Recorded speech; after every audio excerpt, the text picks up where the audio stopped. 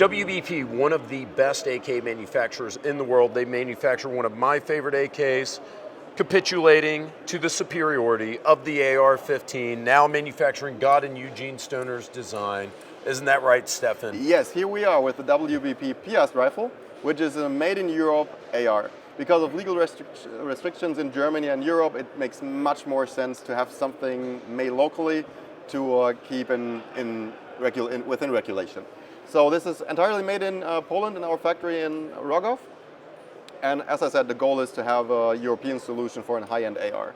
100% made. Exactly, 100% made in Poland. Okay, the reason why I'm asking to clarify, because in the United States, how we typically do things, you've got high-end manufacturers that will do 100% in-house, but a vast majority of AR manufacturers, they subcontract everything, especially bolts and bolt carrier groups. Yep. They'll come in from other places. So you're telling me every single component in this gun you manufacture? Except, for example, like the Maxwell stock that we all know.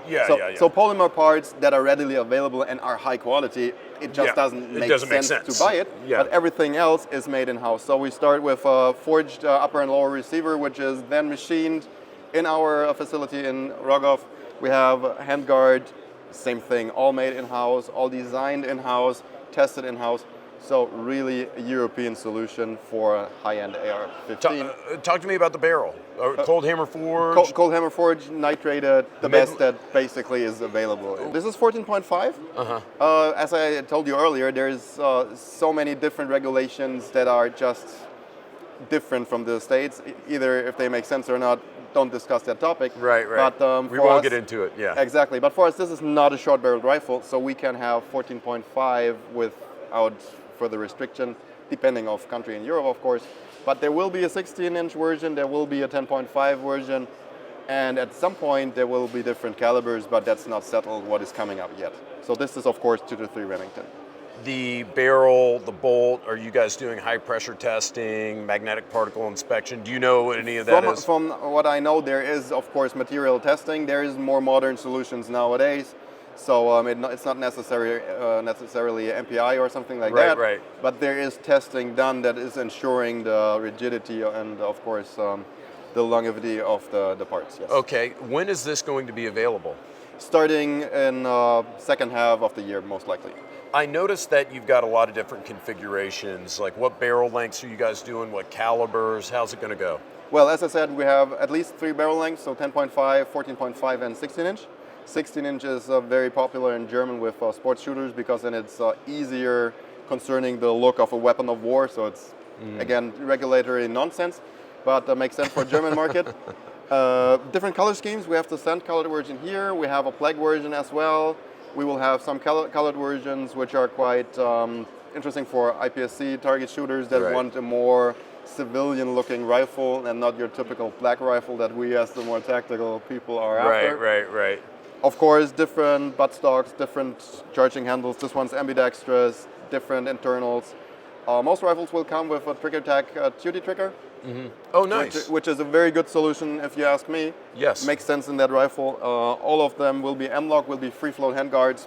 Some with Picatinny rail on top, some with a version like this, where it's cut to even make it a bit more lightweight. I liked this one, by the way. It's very light and it's very ergonomic. Like I exactly, like, because you can really C-clamp it, pull it into your shoulder.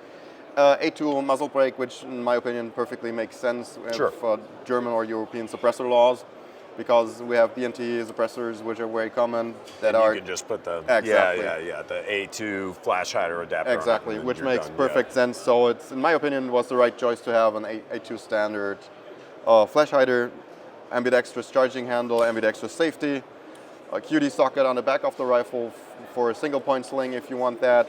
So overall, if you ask me, very nice package for the price, which will be around 1,800 euros. Depending on if it will come to the US, which is, of course, because of import laws, that's going to be tough. Might be a challenge. But if you're a customer from Europe, expect about 1,800 euros for the complete rifle. About how much does a Daniel Defense cost here? Like if I wanted to DT, I figured because that's the thing is everyone out there right now is thinking in the US they're like 1,800 euro. That's about $1,900. Somewhat, and exactly. I could just get a Daniel Defense for that much money. But we're talking about it's totally different. You guys also have sales tax included, like 25% sales tax Yeah, included. exactly. For example, in Germany, it's 19%. I think in France, it's 20. So around that number. And for example, if you talk about the Daniel Defense rifle, it is basically Daniel Defense receivers, but not bolts, and sometimes not even barrels because of how the different legal the restrictions and exactly. regulations and so So on. for example, if you have a fully automatic capable bolt carrier, you cannot import it as a civilian firearm into Germany, for example. So it's not even a Daniel Defense bolt carrier in that rifle. Okay, so the Daniel Defense mutt gun, how much would that cost, like say in Germany? Close to 2,500, close to 3,000 euros. So this is going to be substantially less expensive Exactly. than the American ARs that Exactly. come over, but you're going to offer the same or if not better quality. Exactly, and this is basically the point that we are into, that we have a European solution which is readily available, non-regarding all the export-import problems that we run into, and still have a high-end solution that is available off the shelf and no parts replaced, you name it. Sure, I see this as potentially being disruptive to the market here, which is a good thing. You know, like Yes. that with the quality and the pricing. I mean, I know that there are some German AR manufacturers that make some really good products, but you know, priced comparably to this. And of course, WBP, you guys have an excellent reputation, an impeccable reputation for manufacturing a quality product.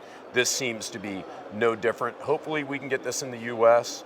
I understand that's going to be challenging, but you know, Maybe there's a solution coming up. I'm sure, but hopefully this does well for you. Congratulations on Thank you very stepping much. into the AR world. You're welcome from America. We welcome you. Thank you very much. Thank you for your excellent AKs. We're glad you're enjoying the ARs. We hope you're enjoying IWA 2025. Stay tuned. We're bringing you more from the show.